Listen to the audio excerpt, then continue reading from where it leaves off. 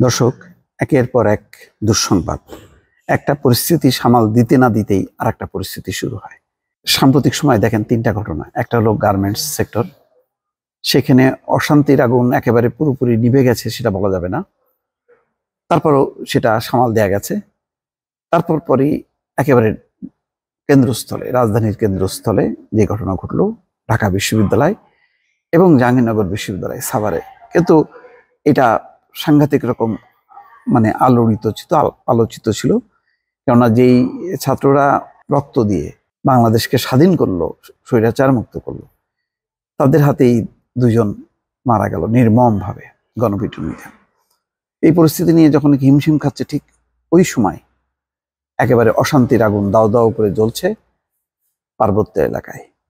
প্রথমে শুরু হয় খাগড়াছড়ির পর রাঙামাটি, এবং সেটি বিস্তৃত হয়ে এখন ঢাকাতেও এর ক্ষোভ বিক্ষোভগুলো চলছে। দর্শক, শাহবাগ মোড়ে সম্ভবত তারা তাদের অবস্থান নিয়েছে এবং সেখানে তারা প্রতিবাদ করছে। আমি আপনাদেরকে যদি বলি, সর্বশেষ যে খবর, খাগড়াছড়িতে সহিংসতার উত্তাপ ছড়িয়েছে পাশের জেলা রাঙামাটিতেও। ইতিমধ্যে রাতভর সংঘর্ষের পর সেখানে 3 জন মারা গেছে, বহু আহত হয়েছে। সেনাবাহিনী পরিস্থিতি সামাল দেওয়ার চেষ্টা করছে। শহরের জিমনেশিয়াম চত্বর থেকে কয়েক হাজার পাহাড়ির একটি মিছিল ইটপাটকেল নিক্ষেপের অভিযোগ তুলে বাঙালিদের বেশ কিছু দোকানপাটে হামলা চালানো হয়েছে। শুক্রবার সকালের দিকে এই ঘটনা ঘটে। তার মানে সেখানে যদি পাহাড়ি এবং বাঙালিদের মধ্যে সংঘাত হয়, এটা খুবই ভয়ঙ্কর। এবং এই সংঘাত অতীতে বহুবার ছিল, এটা নতুন করে আবার কেন শুরু হলো এটা বোঝা যাচ্ছে না, কারোর কোনো উস্কানি ছিল কিনা।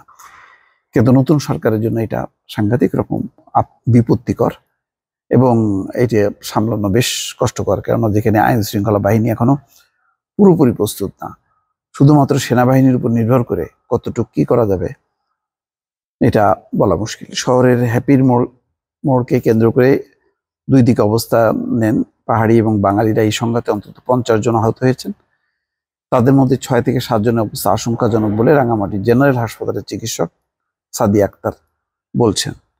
তো এই দিকের এই অবস্থা তখন দেখেন খাগড়াছড়িতে ইতিমধ্যে 3 জন নিহত হয়েছে, আহত হয়েছে 9 জন। খাগড়াছড়ির সহিংসতা ঘটনায় এখন পর্যন্ত 3 জন নিহত হয়েছে, এখন পর্যন্ত আশঙ্কা অবস্থায় আছে আরো কয়েকজন, তারাও মারা যেতে পারে। গুরুতর 4 জনকে চট্টগ্রাম মেডিকেলে পাঠানো হয়েছে।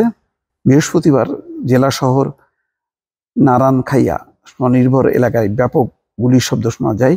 এই সময় পুরো এলাকায় আতঙ্ক ছড়িয়ে পড়ে।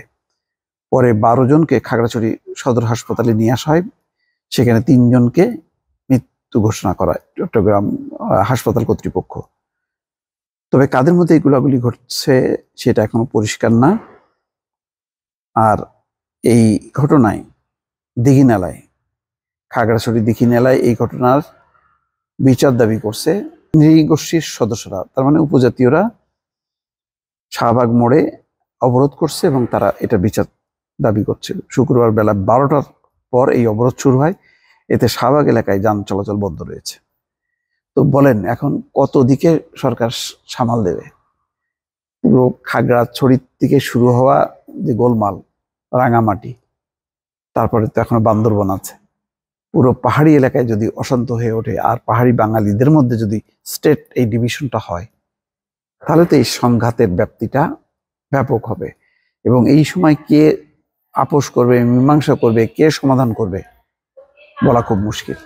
আর এই নৃগোষ্ঠীর সদস্যরা বা উপজাতিরা এটার এখন ঢাকায় শাহবাগ মোড়েও এটার তারা প্রতিবাদ জানাচ্ছে। তার মানে শুধু ওই অঞ্চলে সীমাবদ্ধ নয়, এটা রাজধানী পর্যন্ত এটা ছড়াই গেল। এই সরকারের দুর্ভাগ্য 50 দিনও যায়নি, তার মধ্যে একের পর এক পরিস্থিতি সামাল দিতে হচ্ছে। দর্শক, ভালো থাকবেন। আল্লাহ হাফেজ।